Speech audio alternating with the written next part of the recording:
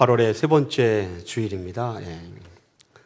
하루하루 지나가면서 하나님께서 주신 은혜가 여러분 삶 가운데 풍성하기를 예수님의 이름으로 간절히 축복합니다. 오늘 말씀을 전하기 전에 먼저 우리 그림 한 장을 보여드립니다. 이런 그림입니다. 오케스트라의 구성과 배치도입니다. 이렇게 한번 보십시오. 그 다음에 제가 질문을 드릴게요.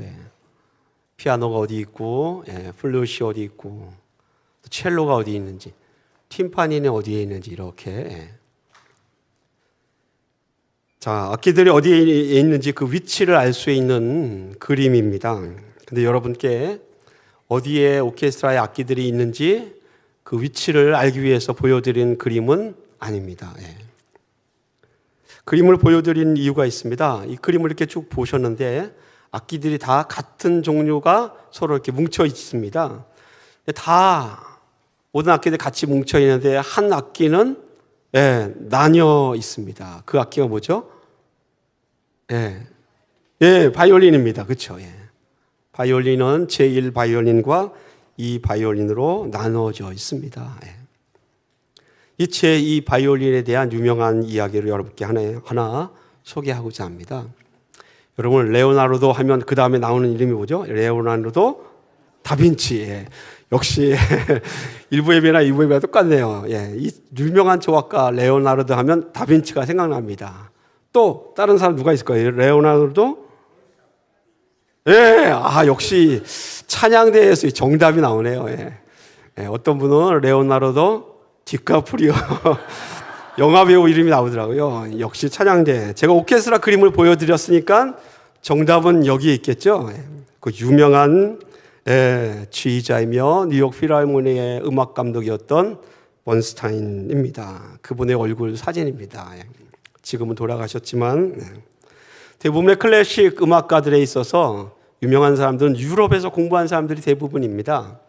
근데 이 레오나르도 번스타인은 미국에서 공부했습니다. 그리고 세계 클래식 음악계에 주목을 받았던 사람입니다. 유명한 지휘자요 음악 감독입니다.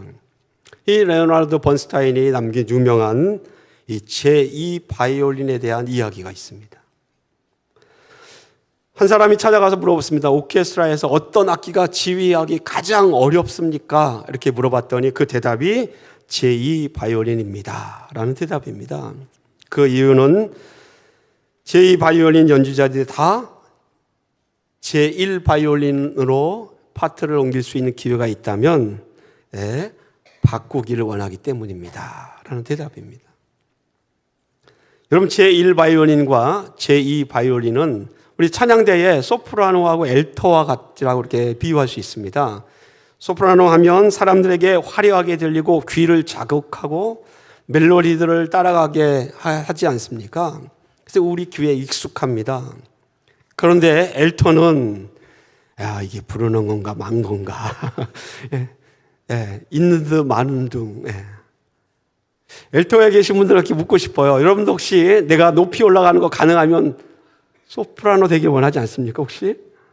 아니에요? 역시 우리 성가대 찬양대 엘토는 멋집니다. 이 제2 바이올린 연주자들, 번스타인이 말하기를 제2 바이올린을 연주하는 사람들은 그런 사람들 찾기가 힘들다는 것입니다. 오디션을 할 때도 대부분이 다 제1 바이올린으로 오디션을 합니다. 제2 바이올린을 연주하는 사람들은 기회만 되면 언제든지 제1 바이올린으로 파트를 옮길 생각만 하고 있기 때문에 제2 바이올린 연주자들에게서 연주의 열정을 찾아보기 쉽지 않다라고 대답합니다. 연주에 열정이 없는 연주자에게 어떻게 좋은 음악을 기대할 수 있습니까? 라고 이 인터뷰하는 사람에게 반문했습니다. 그러면서 마지막 남기는 말씀이 그런데 안타깝게도 분명한 사실은 제2 바이올린이 오케스트라에 없다면 화음을 만들 수 없다는 것이 현실입니다. 그렇게 말했습니다. 번스타인이 남긴 유명한 일화입니다. 여러분 이 일화를 곰곰이 생각해 보면 마치 우리의 마음, 우리의 생각을 거울에 비추어 본 것과 똑같습니다. 사람의 마음을 적나라하게 보여주고 있다는 것입니다. 왜냐하면 사람은 아무리 내성적인 사람도 사람들이 말 붙이고 대화하기 힘든 내성적인 사람이라 할지라도 누군가가 나에게 인사해주고 알아봐주고 또 인정해주기를 사람은 다 기대하고 있기 때문에 그렇습니다. 누가 날 알아봐주고 인정해주고 기대하기를 원한다라는 것입니다. 오늘 말씀의 제목이 사람은 보지 못하지만 하나님이 보시는 예배자입니다. 사람은 알아보지 못하지만 하나님은 보시는 사람이 있다라는 뜻 아닙니까? 예수님께서 성전에서 무언가를 보고 계셨습니다. 여인의 뜰에서 예수님께서 헌금하는 사람들을 지켜보고 계신 겁니다. 누가복음 21장의 말씀은 마가복음 12장에도 기록되어 있는데 마가복음 12장에서는 예수님의 위치가 성전 헌금함 바로 앞에 있다라고 연복의 앞에 있다라고 그렇게 구분하고 있습니다. 그러면 헌금하는 사람들의 일거수일투족을 예수님이 다 지켜볼 수 있는 것입니다. 당시에 헌금함은요 여인의 뜰이라는 곳에 있습니다. 이스라엘 백성들이 섬기는 그 성전, 찾아오는 성전에는 지성소와 성소가 있는 건물을 나오면 제사장의 뜰이 있고 거기에 남자들이 갈 수 있는 이스라엘의 뜰이 있습니다. 그리고 예수님 당시에 그 헤롯 성전에는 알렉산드리아에 사는 한 부자가 도네이션을 엄청 했습니다. 그 당시에 가장 비싼 금속연 청동으로 만든 큰 대문을 도네이션한 겁니다.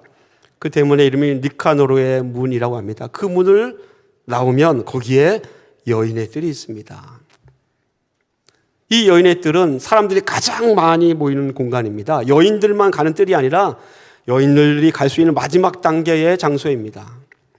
거기는 남자들도 있고 여자들도 있고 특별히 헌금함이 거기 있고 솔로몬의 행각이나 말씀을 나누고 할 수 있는 행각들이 주변에 있기 때문에 가장 많은 사람들이 모이는 공간이 당시에 예수님 당시의 성전에서 여인의 뜰입니다. 거기에 헌금함이 있습니다. 전해진 문헌에 의하면 총 13개의 헌금함이 있다라고 알려져 있습니다. 첫 번째, 두 번째 헌금함은 성전에 세를 내는 헌금함입니다. 세 번째, 네 번째 헌금함은 번제나 속죄제를 해당하는 비둘기를 사고 직접 비둘기로 제사를 드리지 못했을 때 거기에 해당하는 헌금을 드리는 헌금함입니다. 다섯 번째 헌금함은 목재에 번제단에 필요한 목재를 위한 헌금함입니다. 여섯 번째 헌금함은 분향단의 향을 위한 헌금함입니다. 일곱 번째 헌금함은 성전에서 사용되는 기구를 덮는 데 필요한 헌금함입니다. 여덟째 헌금함은 제물을 속죄제를 드리고 남은 돈을 드리라라는 헌금함입니다. 아홉 번째 헌금함은 속건제 제물을 드리고 남은 돈을 하나님 앞에 드리라는 헌금함입니다. 열 번째는 비둘기를 사고 남은 헌금함을 드리는 헌금함입니다. 11번째 헌금함은 나시린이 자기의 규례를 지키고 나서 하나님 앞에 드리는 그런 감사의 제 헌금함이고 12번째 헌금함은 피부병이나 문득병에 걸린 사람이 깨끗하게 된 다음에 하나님 앞에 감사해 드리는 헌금함이 있습니다. 그리고 마지막 13번째 헌금함은 따로 이름이 목적이 없지만 자원하여 드리는 여러 가지의 기타 헌금함입니다. 이 헌금함은 히브리어로 쇼파로트라고 불렀습니다. 그 말 뜻이 어디서 왔냐면 뿔라팔에서 온 뜻입니다. 헌금함의 이름은 쇼파로트, 한글로 번역하면 나팔괴입니다. 그렇게 헌금함의 이름이 붙여져 있다면 우리가 상상할 수 있는 게 헌금함이 어떤 모양입니까? 나팔, 뿔나팔과 같은 형상이다라는 것입니다. 그러면 여러분 전쟁에 나갈 때 부는 뿔나팔, 나팔절에 부는 뿔나팔을 한번 상상해 보십시오. 입을 대고 부는 쪽은 구멍이 좁고 소리가 나가는 쪽에 있는 것은 구멍이 넓습니다.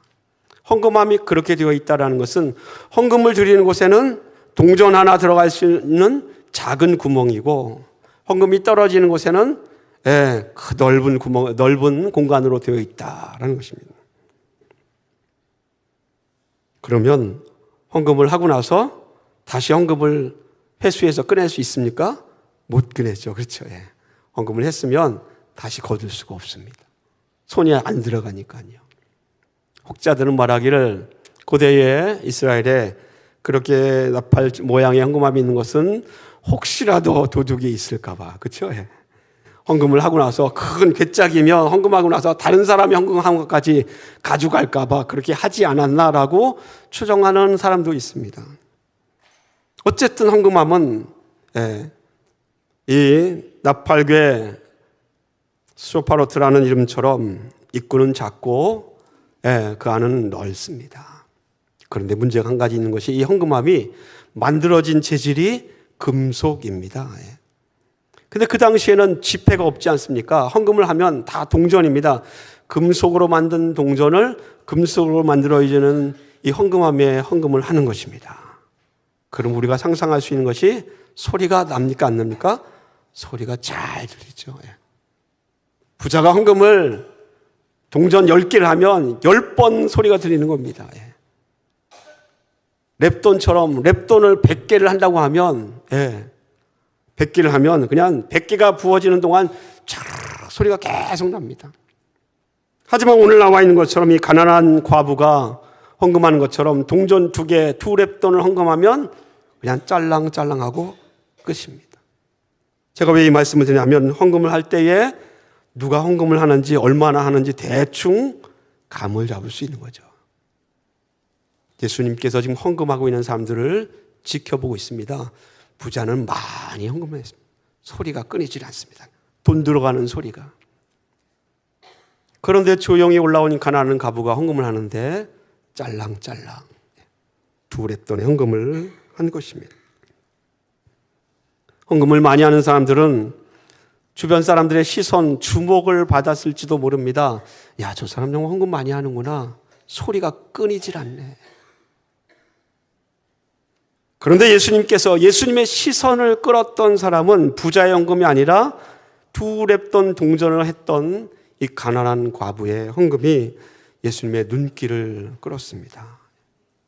단돈 2랩돈. 2랩돈이 오늘날의 화폐 가치로 환산하면 얼마나 될까요?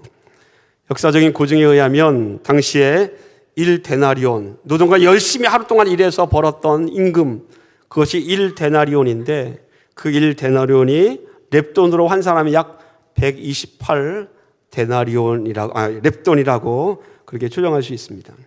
그러면 여러분 계산해 보십시오. 하루의 일당이 달러로 우리가 미국에서 하루에 200불이라고 이렇게 벌 수 있다고 하면 2랩돈은 얼마입니까? 계산을 해야겠죠. 어떻게 계산해야 되죠? 200 나누기 128랩돈 이렇게 하면 1.5 매치 이렇게 나오겠죠. 그럼 2랩돈은 오늘날 달러로 한 사람 약 한 3불 정도가 됩니다. 1랩돈이 1.56불 정도 되는 거예요. 한 3불 정도. 매년 월드뱅크에서는 세계 빈곤층을 어떤 것이 최고 극빈자 빈곤층인가를 규정합니다. 지난 2025년 6월에 월드뱅크에서 국가별 빈곤선의 자료를 업데이트했습니다. 국제 빈곤층의 기준을 정한 것입니다. 그래서 정한 기준이 하루에 3불입니다. 3불. 코로나 전 2017년에는 2.17달러였는데 지금 어느덧 물가도 올라서 국제 빈곤층의 기준이 하루에 3불입니다. 그렇다면 이 여인은 국제 빈곤층에 해당하는 가난한 여인입니다. 이 가난한 여인이 바로 하루에 이 여인의 이 3불이 2랩돈이 이 여인의 한 달치 생활비인지 일주일치 생활비인지 하루치 생활비인지는 알 수가 없습니다. 그런데 예수님의 말씀에 의하면 자기의 생활비 전체를 하나님 앞에 드린 것입니다. 지금 가지고 있는 생활비 전체를 하나님 앞에 드렸다면 그 이유로는 굶어야 하는 것이겠죠. 하루치의 생활비라면 하루를 굶어야 되는 거고 그것이 일주일치의 생활비였다면 일주일을 굶어야 하는 것입니다. 그렇게 했다는 것입니다. 오늘 누가복음 21장에서 예수님께서 두 종류의 사람이 하나님 앞에 헌금한 것을 보고 계셨습니다. 예수님께서 부자의 헌금에 대해서 뭐라 책망하셨습니까? 아닙니다. 뭐라고 말씀하지 않았습니다. 그냥 헌금한 거를 많이 했구나 보셨습니다. 그럼 가난한 이 과부가 2랩돈 헌금한 거에 대해서 칭찬하셨습니까? 종종 우리는 이 이야기에 대해서 가난한 과부가 자기의 생활비 전체를 한 거에 대해서 칭찬적으로 생각하지만 엄밀히 따져보면 칭찬도 아닙니다. 정말 칭찬이라고 한다면 너희들도 이 여인처럼 해라. 이 여인은 대단하다. 뭐 이렇게 믿음이 대단하다. 뭐 이렇게 말씀을 덧붙이셔야 하는데 그런 말씀도 안 하셨습니다. 그냥 있는 그대로 이 여인은 자기의 생활 전체를 하나님 앞에 했다라고 언급한 것이 다입니다. 이 여인이 13개의 헌금함 중에서 어떤 헌금함에 했는지도 모릅니다. 어떤 목적으로 어떤 이유로 이 여인은 이 자기의 생활비 전체를 하나님 앞에 드려야 했는지 성경은 말하고 있지 않습니다. 과부는 당시에 사회적 약자입니다. 예수님 당시의 사회적 약자는 고아나 노인이나 과부입니다. 정말로 사회적 약자인 이 가난한 과부가 생활비 전부를 헌금했다고 한다면 여러분 어떻게 해야 합니까? 야, 믿음이 대단하구나. 그렇게 대단한 믿음이라고 인정해 주어야 합니까? 그냥 인간적으로 생각해 본다면 저 같으면 걱정할 것 같습니다. 아니 저 여인은 무슨 배짱이길래 그걸 다 드리고 뭐 먹고 살까? 걱정해 주어야 합니다. 그리고 왜 그렇게 했는지 궁금해서 아마 견딜 수 없을 겁니다. 어쩌면 그 여인이 다 생활비를 하나님 앞에 바쳤기 때문에 그 다음에 아무것도 가지지 않은 그 상태에 있을 때 내가 옆에 있는 친구라고 한다면 내가 도와줘야 하지 않나. 그런 생각도 하지 않을까 생각이 됩니다. 그런데 이 여인이 왜 헌금을 했는지 성경은 밝히고 있지 않습니다. 그 이유를 밝히고 있지 않다는 것입니다. 성경이 그 이유를 밝히고 있지 않다면 그 여인이 성경에 그 헌금한 이유는 우리가 몰라도 괜찮다는 것입니다. 정말 궁금하시다면 나중에 천국 가셔서 예수님께 물어보세요. 예수님, 이 여인이 왜 헌금했습니까? 한번 물어보세요. 혹시라도 그 여인도 천국에 있어서 만나면 그 여인에게 물어보십시오. 왜 그렇게 다 했습니까? 근데 성경이 밝히고 있지 않으니까 몰라도 됩니다. 그런데 이 사건에서, 이 이야기에서 이 여인이 헌금했던 이유보다 이 과부의 헌금 이야기가 우리에게 던져주는 중요한 의미가 있습니다. 왜 예수님께서 한 여인의 그 헌금 액수까지 밝히면서 여인의 헌금에 대해서 왈가왈부하셨는가 하는 것입니다. 왜 예수님이 이 여인의 이야기를 말씀하셨는가 합니다. 성경에 그 일을 밝히고 있지 않기 때문에 예수님께서 왜 이 말씀을 하셨나, 이 여인의 헌금에 대해 굳이 짚어주셨는가, 그 이유를 알려면 전후 문맥을 따져보아야 합니다. 이 이야기의 전에 어떤 내용이 있었고 이 이야기의 후에 어떤 내용이 있었는가를 살펴보아야 한다는 것입니다. 이 가난한 과부가 자기의 생활비 전체를 하나님 앞에 드린 이 이야기, 그 다음에 이어져 따라 나오는 내용이 무슨 내용입니까? 사람들이 성전을 가리키면서 말합니다. 와, 이 성전 정말 아름답다. 아름다운 돌과 헌금으로 세워진 것이다. 그러면 자랑스러워하고 만족해합니다.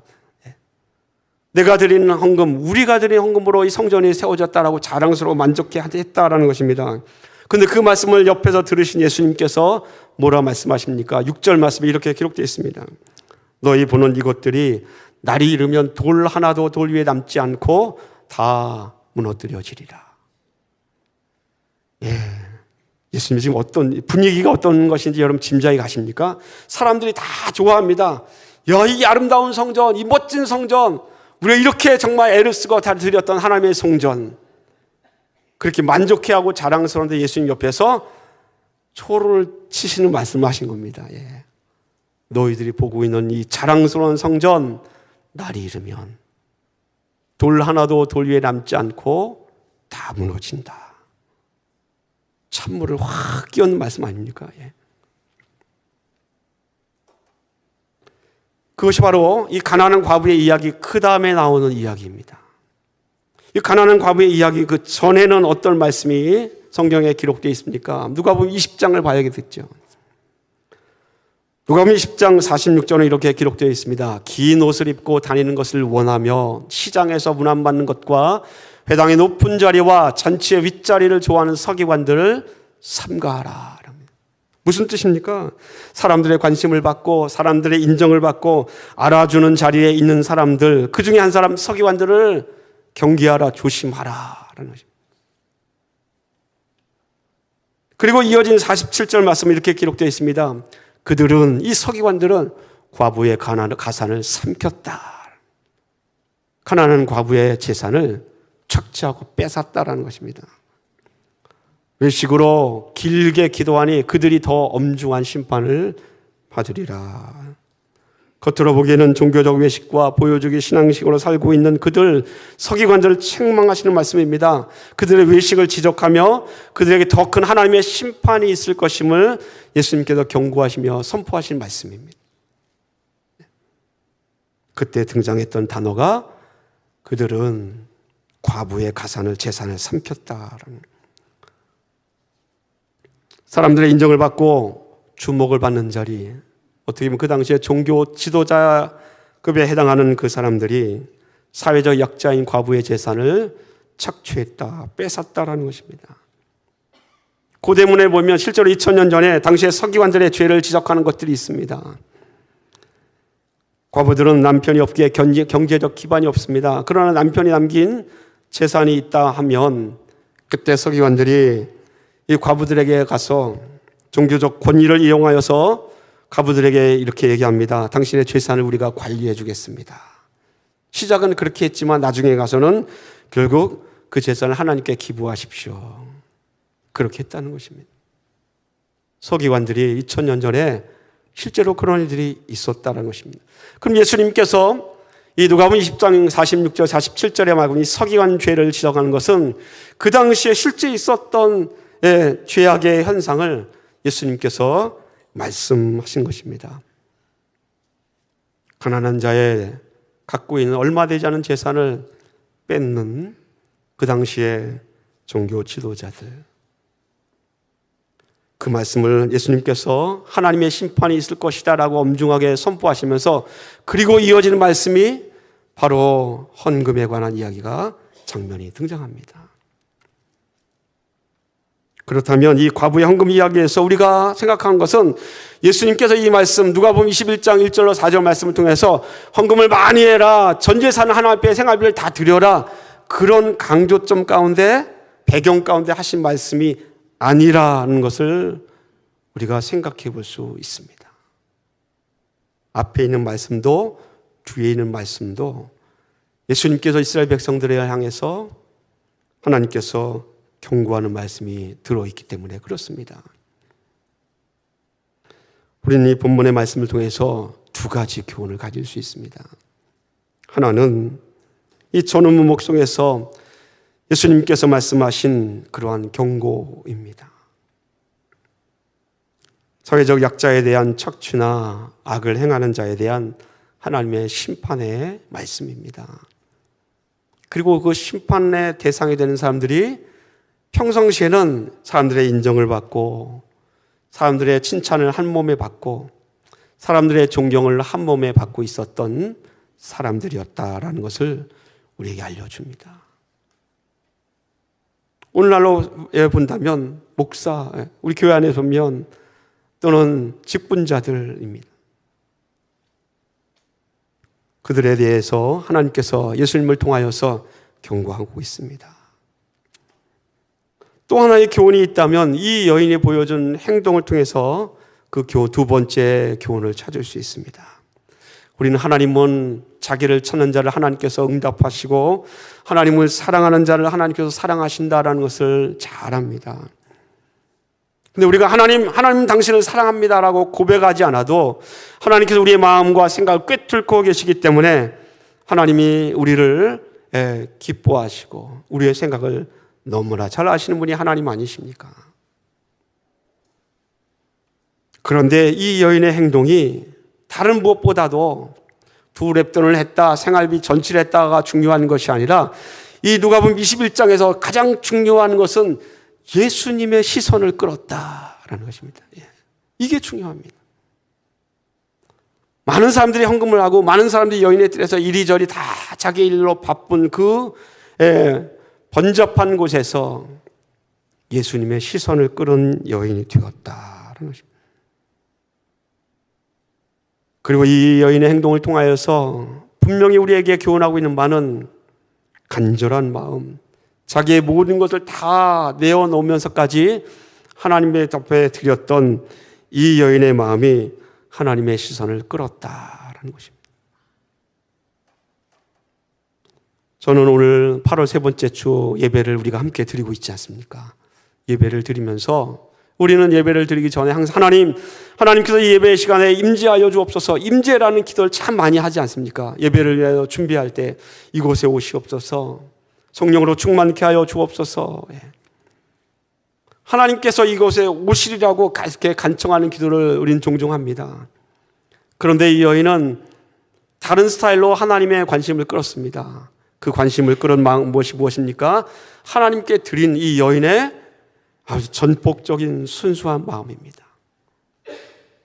오늘 8월의 세 번째 주 예배를 드린 우리들의 마음, 이 자리에 앉아 있는 우리들의 마음과 생각들이 예수님의 마음, 하나님의 시선을 끄는 그런 예배가 되기를 간절히 소원합니다.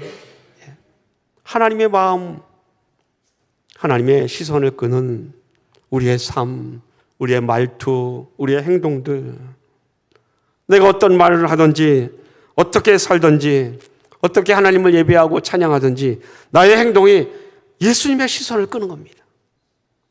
정말 멋진 예배자 아닙니까? 하나님은 하나님께 드리는 예배나 하나님 앞에 성도가 살아가는 삶의 중심은 사람의 인정이 아니라 하나님의 시선, 예수님의 시선을 끌을 수 있어야 합니다. 목사가 여러분과 함께 나눌 때에 밖에 나갈 때 악수를 하지 않습니까? 악수를 사람들이 우르르 나가기 때문에 한 주 못할 수 있어요. 그러면 목사님이 나 오늘 나하고 악수를 안 했네 이렇게 생각합니다. 근데 두 번째 주에도 악수를 안 하면 의심이 뭐가 되죠? 확증이 됩니다. 목사님이 나를 싫어하지 않나. 세 번, 네 번 이어지면 저 목사님 나를 싫어하는구나. 그렇게 되죠. 이게 사람의 마음입니다. 사람의 마음은 나를 알아봐 주지 않고 인정해 주지 않고 나에게 말해 주지 않으면 실망하고 서운해합니다. 우리는 다 그렇습니다. 그런데 우리의 믿음을 조금만 더 이렇게 한 단계 업그레이드 했으면 좋겠습니다. 할렐루야. 업그레이드. 사람이 나를 인정해 주지 않고 알아봐 주지 않아도 이 여인, 가난한 가부가 두 렙돈을 헌금할 때에 부자가 동전을 수십 개를 넣는 짤랑짤랑 소리보다 가난한 가부가 하는 이 헌금에 누가 주목하고 누가 알아봐 주겠습니까? 그런데 이 여인이 하나님의 시선을 끌었습니다. 우리 좀 이렇게 믿음이 성장했으면 좋겠습니다. 저 사람이 나 알아봐 주지 않아도 인정해 주지 않아도 같은 교회에서 몇 개월을 지냈는데도 한 번도 저 사람을 인사한 적이 없습니다. 그런 사람 우리 있습니까? 없습니까? 많습니다. 서로. 많습니다. 그래도 난 괜찮다. 내 믿음이 하나님의 시선을 끈다면 그걸로 만족한다. 좀 그랬으면 좋겠습니다. 이 여인이 그렇게 헌금하고 어떤 은혜가 있었는지 물어보지 않고 성경도 말하고 있지 않아서 모르지만 예수님께서 그렇게 말씀하셨다면 이 여인은 하나님에 대해서 그 누구보다도 간절한 마음, 사모하는 마음이 있는 여인임에 분명합니다. 그런 마음이 우리에게 있었으면 좋겠습니다. 하나님은 우리를 아십니다. 사람은 보지 못하지만 하나님은 내 마음과 생각을 잘 아십니다. 시편 139편 1절로 3절은 이렇게 기록하고 있습니다. 우리 한번 다 같이 읽겠습니다. 여호와여 주께서 나를 살펴보셨으므로 나를 아시나이다. 주께서 내가 앉고 일어섬을 아시고 멀리서도 나의 생각을 밝히 아시오며 나의 모든 길과 내가 눕는 것을 살펴보셨으므로 나의 모든 행위를 익히 아시오니. 아멘. 사람에게 보이려고 예배를 드리는 것 아닙니다. 그렇죠? 사람에게 보이기 위해서 봉사하고, 사람에게 보이기 위해서 전도하고, 사람에게 보이기 위해서 성경을 열심히 읽고, 사람에게 보이기 위해서 찬양하는 것 아니지 않습니까? 우리가 찬양하고 말씀을 읽고 사역에 봉사하고 예배드리고 하는 모든 것, 첫 번째 것을 가장 받아주셨으며 하는 대상이 누굽니까? 하나님 아닙니까? 그렇다면 사람의 관심과 주목이 아니라 아무도 알아주지 않아도 하나님이 보시는 그러한 예배, 하나님이 보시는 나의 삶, 나의 일상의 행동들이라면 정말로 행복한 사람입니다.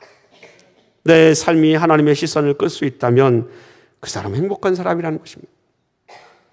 행복이란 찬양의 가사를 지은 송경원 목사님이 지은 찬양 가운데 행복이라는 가사가 있습니다. 거기 이렇게 되어 있습니다. 화려하지 않아도, 가진 것이 없어도, 눈물 날 일 많아도, 억울한 일 많아도, 비록 내 생애가 짧을지라도 하나님을 안다면 행복하다. 그런 행복이 여러분에게 있었으면 좋겠습니다. 바울은 우리에게 이렇게 권면합니다. 고린도전서 10장 31절 말씀에 그런즉 너희가 먹든지 마시든지 무엇을 하든지 다 하나님의 영광을 위하여 하라. 아멘. 내가 하는 모든 것이 사람에게 보이기 위한 것이 아니라 하나님의 영광을 위해서, 하나님의 시선을 끌기 위하여서 예배도 드리고 찬양도 하고 봉사도 하고 사명도 감당하는 성도, 그 성도가 하나님이 보시는 성도요, 하나님이 보시는 예배자임을 믿습니다. 기도하겠습니다.